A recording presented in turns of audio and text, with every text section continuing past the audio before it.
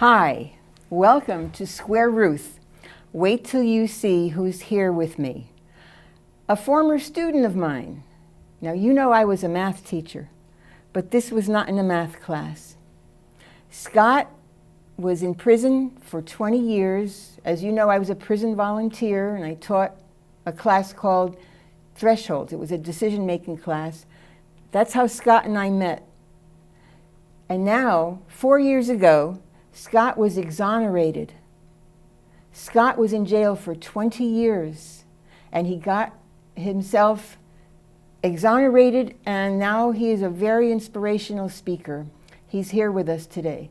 We also have Kira Anamaneni. Kira is a filmmaker who found out about Scott, and she, with two of her colleagues, fellow students at Yale, all of them, they made a film about Scott. It's called 120 Years. If you Google 120years.com, 120yearsfilm.com, you'll find out more about it. But when you hear what Scott and Kira have to say to you, you're going to come away from this pretty well inspired and lifted up. All right, Scott, I am so pleased to have you here today. Thank you. Thank you for having me. Why don't you tell us what it feels like and what you're doing now? It feels good. If I could dance on the table, I would. Wow. Right now, I'm currently a real estate broker. I have two offices, one in Avon, Connecticut, the other in Wallingford, Connecticut. So my goals in real estate are to empower people, giving them the opportunities to enrich their lives through real estate. So that's what I'm doing. It took a while to get to this point. A lot of struggle and a lot of conquering of difficulties. And Kira, you found out about Scott's story. And I remember you said a film has to be made. I have to tell his story. Yeah, so basically I came across a New Haven Register article about the post-exoneration process, some of the lawsuits that Scott's been involved in. I remember reading it and thinking, this is happening in my backyard and none of my friends have heard about this. Basically, an innocent man has gotten convicted for something because of corruption in the New Haven Police Department. This was not by fluke. This wasn't because there was mistaken identity and someone pointed to the wrong person. There was rampant corruption in the system at the time. It had gone unchecked. Some of the changes are being incorporated now, but that basically landed Scott as well as Stefan Morant in prison. And then I think seeing the way he was able to fight his entire case from behind bars, essentially by himself for 14 years until a couple of law students, Brett Dignam, heading the group, were able to help him out. But watching his inspirational story, but also watching his resilience and watching his tenacity was incredible for me as a student. I felt like the story had to be told, mostly because there is something for everyone to take away, and also because it's a complex story. It's hard to point fingers, and it's hard to sit there and say, oh, there's this easy solution to this, let's just do this, and wrongful convictions won't take place. It raises a lot of questions for anyone who comes away from it, and our job as filmmakers is essentially to raise those questions. Mm-hmm. I think we should take a look at the trailer. Great. So that the audience will know more about this. Let's show that trailer right now. I was arrested in April of 1991 for a double homicide that I did not commit. The arresting officer was then Detective Rachi of the New Haven PD. Everybody in New Haven knew that Detective Rachi was a dirty cop. The police officer just fully out of whole cloth, framed him. I really don't think that there are very many cops who are as corrupt as he was. How is this humanly possible that a federal government agency agreed with you that you were right, that you are wrongfully here? I told myself that I'm not in prison. I told myself that I'm at work. I just have to work for 24 hours. He handled the case over 14 years by himself. He got his own bond reduced, kept filing motions. His priority was his innocence.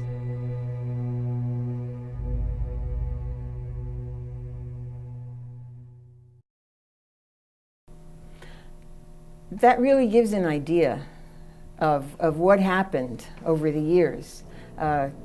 I do hope you all get a chance to see this film. It's really powerful. I went to the premiere at Yale in September, and it was just so powerful. But at the end of this half hour, you're going to be thinking to yourself, I wish I had that attitude, that I could come out of this without the anger that eats you alive and the bitterness and so forth, and just get a job done that I needed to get done. That's what I get inspired about when I talk with Scott. You want to tell us about the hard things that you went through to make it all happen? Well, you know, if I start from the beginning, which would probably be a little easier, Yeah. I found myself convicted for a double homicide I did not commit.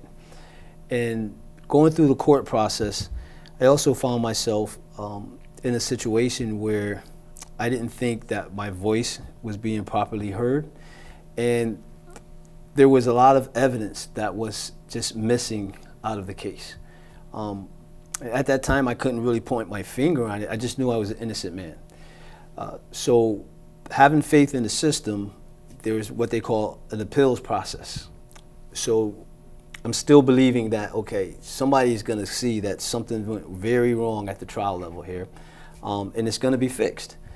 So we went through the appeal process. The appellate courts didn't find any trial error, and they sustained the conviction that was in place. And I said, something is seriously wrong with our criminal justice system. Here I am, an innocent man, serving 2 life sentences, 120 years each, for homicides I had no knowledge of. How do I get myself out of this? How do I prove that, you know, I'm an innocent person? And being in prison with very limited resources, at that particular time, I just did not know how I was going to be able to get it done. I just knew I had to get it done. So obviously, I did a lot of praying. I did a lot of soul searching. And I decided at that point in time that I needed a lot of help from like mysterious places. So I put a lot of my faith and my spirituality in a higher power. And then I said, you know, maybe if I started helping other people, that at some point in time, this information I needed to kind of prove my freedom would just start coming my way. Because when you're in prison, you meet a lot of different people from a lot of different areas. And I was like, maybe some people in here actually know what was going on in the very case that I was convicted for. So I started asking a lot of questions and, you know, helping other guys with their legal work. And in doing that, I explored a lot of factual information that became relevant to my case. People that knew of people that were in certain areas, and I just started asking general questions. I became an investigator. So I was literally investigating my case from within prison amongst the inmates that were in prison that came from the very neighborhoods where all this stuff was taking place. Mm-hmm. Because that's who police rely on when they convict people in the first place. So I was like, well, I definitely have a great source to kind of pull from. And then I had a friend who gave me the book, Reuben Hurricane Carter. And I read that book, and then I started learning about the legal issues. And when I saw that, you know, Reuben Hurricane Carter went through a similar circumstance that I was actually going through, and I read that when he went into that situation, he was a very angry person. In the beginning of his incarceration, he had so much anger in him, he just was filled with that anger, and as a result of that, it cost him an extra 10 years of his life. So at that point, I said, that's one thing I don't want to do, is be angry, because I can see by reading his story how the anger affected him and cost him a lot of time in winning his freedom. So at that moment, I said, being angry is not going to solve the situation. And as I continued to read the book, I came across a legal issue called a Brady violation. And I learned what that was. And then I just had to figure out, okay, let me talk to these lawyers that I have who are helping me and tell them about this Brady issue that I discovered reading the Reuben Hurricane Carter, and start looking for information, because I'm an innocent man. So there have to be something out there that's able to establish this in courts. So a lot of the lawyers at that particular time that I had appointed to me, which were public defenders, it was like, no, Mr. Lewis, you don't know what you're talking about. That's not an issue that can be raised in the courts. So I was faced with a very difficult decision at that time, because I had no help. And the little help that I did have, the lawyers were telling me, that's not something that you can raise in the state courts. You don't know what you're reading. And so I was faced with a decision. I said, I'm going to have to do this on my own, because the lawyers are taking me left, and I know I need to go right. And they're at the same time telling me the things that I'm reading for myself are non-existent. So I called my mother. I said, Mom, I said, listen, I said, I'm going to make a decision to represent myself, and I need you to be strong, because, you know, you tell a mother that you're going to represent yourself, the first thing she's going to say, are you crazy? You need a lawyer. You don't know what you're doing. So I kind of wanted to take that off the table right away. Listen, Ma, I just need you to believe in my abilities right now. I'm just going to do this. I'm not going to subject my life now to be placed in the hands of a lawyer, and you're just going to have to believe that I have what it takes to actually get the job done. So I made that decision, and I said, all I want you to do is to support me. You're not, anything that you say is not going to change my mind. And if any lawyer comes to you telling you to tell me that you don't think I should do that, don't tell me about it. I don't want to hear it, because I knew that was going to happen. You know, it's just what they did. So I educated myself. I took a paralegal course. And in the course of taking the paralegal course, I learned the practices and the procedures of the courts, because you had to learn and utilize these rules of the court in order to put the evidence that you discovered in front of the courts, so they can actually to hear it.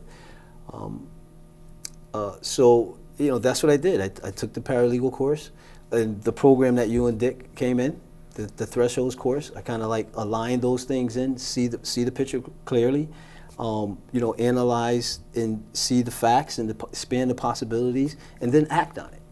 So, you know, that's what I did. I just started putting those things that I was learning and reading about, I started putting it into action. You know, the troubling part was, you know, when I know I was arguing, and I was arguing the things correctly, you had state judges and people in authority who were saying, you're not a lawyer, you don't know what you're talking about, go back to your cell, you should get this in the hands of a lawyer. And then having to kind of like fight against that stream of power and that stream of influence, you know, I would find myself going back to the prison cells, and then even some of the inmates were like, dude, don't you think you need to get a lawyer now? You know, you're losing, and they're telling you don't know what you're talking about. And having to look at these guys and saying, I know what I'm talking about. You know, I'm not going to allow myself to be misled by the perception that people in power were right and I'm wrong. I said, they are wrong, I'm right, I'm an innocent man. So having to kind of like live through that day in and day out, and having people kind of like mock you through it, like you don't know what you're talking about, but just being determined and not allowing that to kind of like throw you off your path, that was a very difficult time.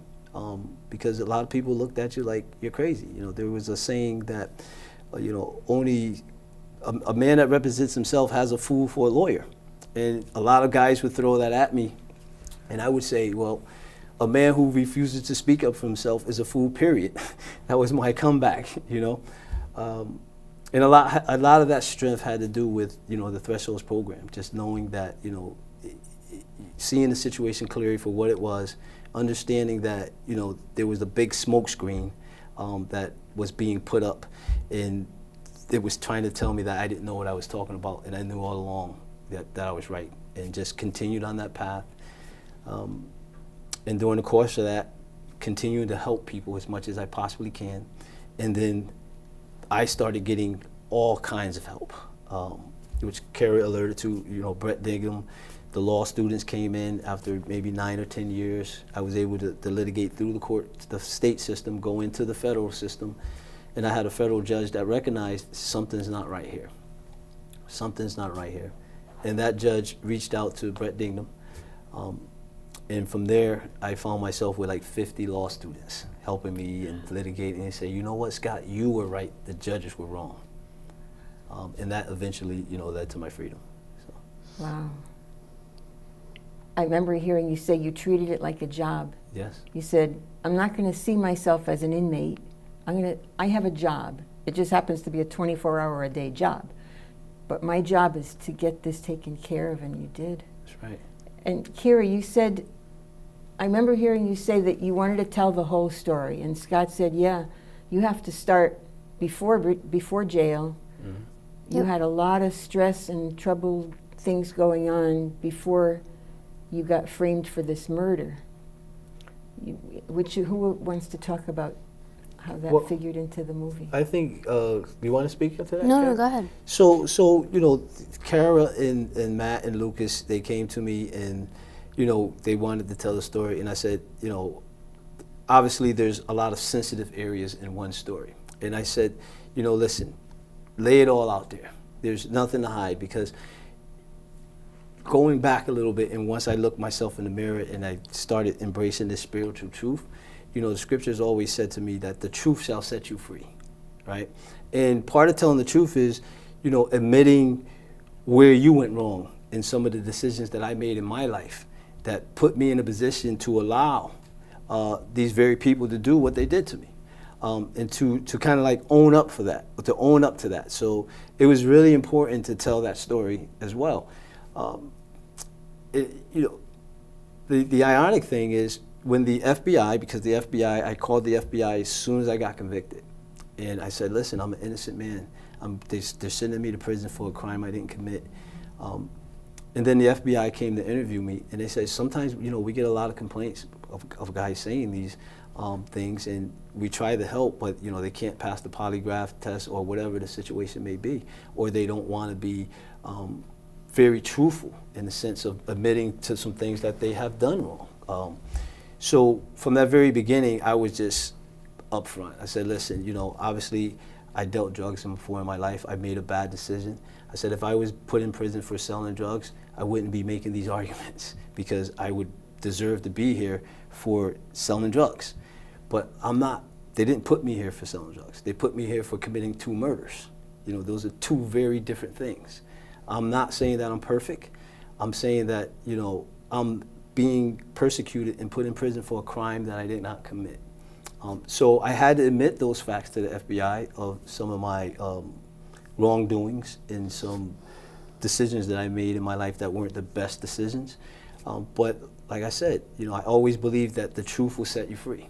And it all worked out in the end. And I was truthful with the students about it. They told it as part of the story, because it's definitely not a story of a perfect man with no imperfections. Mm. Well, our brokenness makes us more whole. When you heal up where you're broken, it makes you stronger. Yeah. How about the year you spent making this movie, Kira? What did that do to you? Oh, so much. I'm only 20 years old, and Lucas and Matt, we're all around the same age. We're just college students. Very, very formative years, obviously. To take a year of this malleable time to work on a project like this has, transformative effect. The 3 of us have completely changed what it is we want to do post-Yale. I'm thinking about journalism. I'm thinking about post-conviction litigation. I'm thinking about the Innocence Project. I'm thinking about how do I continue this work in the future. Both Lucas and Matt are interested in filmmaking and making sort of social justice impact films in the future. Lucas is going off next year to do that sort of work. It's just been absolutely transformative, to put it as an understatement, honestly. And the physical process basically began when I read this article and then reached out to Scott. I just found his email, and he responded to me 10 minutes later pretty much saying, I'm in, let's make this movie. Sat down with him a couple days later, and pretty much the rest was history. During that first interview, we were just blown away at his levels of humility when he was telling his story, because this isn't something we uncovered later on. He didn't, several months into the story say, oh, by the way, here are some of the things I'm struggling with. He sat down at the very first meeting and said, if we're going to tell this story, we have to tell it completely, and I want you to talk to my family, and I want you to find out how they've been affected, and here's my past, and this is how I ended up doing what and you know, falling into jail. And he told us a very holistic story, and it was so apparent to us from that first meeting that this is the perfect subject that every filmmaker basically dreams for, because you want to capture some of that complexity. Life is not simple. It's easy to tell a black and white story. When you're telling a truthful, complete story, you want to grapple with those imperfections because you want your audience to be asking those questions after they see it. So that's basically when we decided, okay, this needs to happen.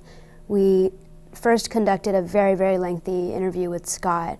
It essentially took the entire day, just sitting in his house, getting to know him, getting the story A to Z, and so much of that interview is in the film itself, but hours and hours of footage from that interview didn't even make it in. But it's just a valuable kind of toolkit for us to go back to and remember how much valuable insight we were able to talk to him about. We started there, and then we contacted his family members. We got to talk to his old boss, who actually was his alibi witness, Jeff Rockler, who was absolutely fabulous, was very helpful. Basically, we cast a wide net, and we tried to talk to as many people who are integral to his story as possible. Investigators, attorneys, Innocence Project folks, as many people as possible. Stefan Morant, who was his co-defendant, and basically spent several months compiling that. Matt and Lucas over the summer worked tirelessly just editing the film for hours and hours. And then by August, by the end of the summer or so, we were finished and did our first screening, as you said, in September in New Haven. And now we're just trying to push the film as much as possible, get a larger audience, get a non-Connecticut audience. We're trying to get, you know, police departments and Innocence Project folks and anyone who's could be involved in this and could benefit from this story to see it. And we are really just trying to go to University of Pennsylvania, Mount Holyoke, Mystic Film Festival. We're going to have a screening very soon, several different places. That's wonderful. Yeah. And it's so important to be doing this. There was an estimate I heard about that 12.5% of people behind bars are innocent. That's 1 out of 8. Just so the audience knows, this is a hugely important thing. In Scott's case, there was a dirty cop that hid evidence that would have exonerated him right away. For other cases, it's DNA evidence that helps them get set free. But there are a lot of people going through this that need to know to stick with it, you know, and to get together with people who can help you. And by helping others, as you said, help came to you. You know? There were so many discouraging things that you got past. Like what were some of the toughest points during these 20 years you were in jail? Oh, I mean,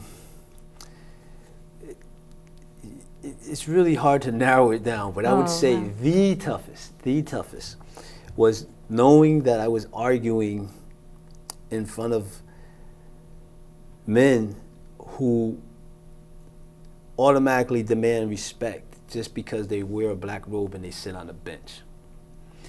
And making these arguments in front of these men and not being looked at as a man, but just being looked at as a subject and not being taken serious. And having them tell me, or to have the audacity to tell me that in some kind of way, you don't know, can I use vulgar? You don't know what you're talking about. Mm-hmm. Get out of our courtroom, get a lawyer, and unless you get a lawyer, we're not going to listen to anything you say. So if one was to look at the federal judge's decision and what the federal court said about how the state courts handled my proceedings when I was going through state courts representing myself, one would come to the conclusion, you know, that they were definitely treating me as lesser of a man with no actual constitutional right. And that is what made me so angry, but I had to kind of like channel that anger and to continue to work, not get blinded by the anger, but just become more determined, right? So I used it as fuel. The anger was still there, but I used it as fuel. And then to call this, you know, the constitutional state. It was just like, this is like really a slap in the face. They are literally depriving a larger public of the truth here, which, you know, in my mind, and I speak to the students about this a lot, and this is why we kind of want to continue to push the film, because this is, you know, on one end is about a man who went to prison for a crime he didn't commit. There's wrongful conviction. But on the other issue, this is public safety, because the true perpetrators are still free. They haven't been held accountable for this crime. So the victim's family, in some sense, doesn't have a measure of justice. And the people who are serving us in the public arena, you know, just don't seem to care. You know, why isn't this case reopened? You know, why isn't there an effort by state officials or local authorities to get to the bottom of it, to deal with the truth of this matter?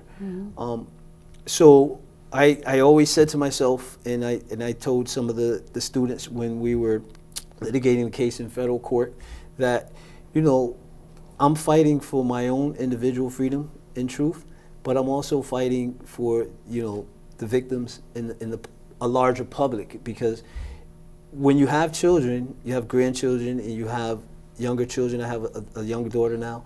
You don't want them growing up in a society or an environment where people that are actually responsible for committing these atrocious crimes are walking around being held unaccountable because state officials don't want to deal with the truth of the matter. Yeah, you said they just want to throw money at it. Yeah. They gave you a settlement, $9.5 million. Nobody in New Haven said they were sorry. Right. That rogue cop is not paying any price for this at all. Right. Yeah, it's very sad. Yeah. But you're not very sad. You have such positivity in you. And you know, I met your mother. You're about my son's age, just about my son's age. And I think when I met your mother, I said, wow, I hope I'm a good mother like she is. Something about her. We're going to be ending in just a little while, but I know you said your mother means a lot to you. My mother was everything to me. So she taught me how to be tough, tough love. And actually, it was my mother's words that gave me the strength I needed, because she said, Scott, before you start getting angry at everybody, look yourself in the mirror and accept the things that you've done wrong in your life before you start pointing the finger at. And that's when I had to come with the reality as, hey, I made some decisions in my life that put myself in a position to allow these people to do what they did to me. You got that 10 was seconds. That was the most empowering thing that led me through that 20 years. Wow, what a Yep. mom. Well, what did I tell you? How about this past half hour? Didn't you get inspired? Didn't you get lifted up? You may have something as tough as this to go through. Maybe not this exact kind of problem, but get yourself through it. I want to thank you. I want to thank you, Scott, for sharing your story with us. I want to thank you for making that movie and coming to talk about it with us. Absolutely. Thank you for having us. Thank you so much. You're welcome. Okay, see you next time on Square Ruth.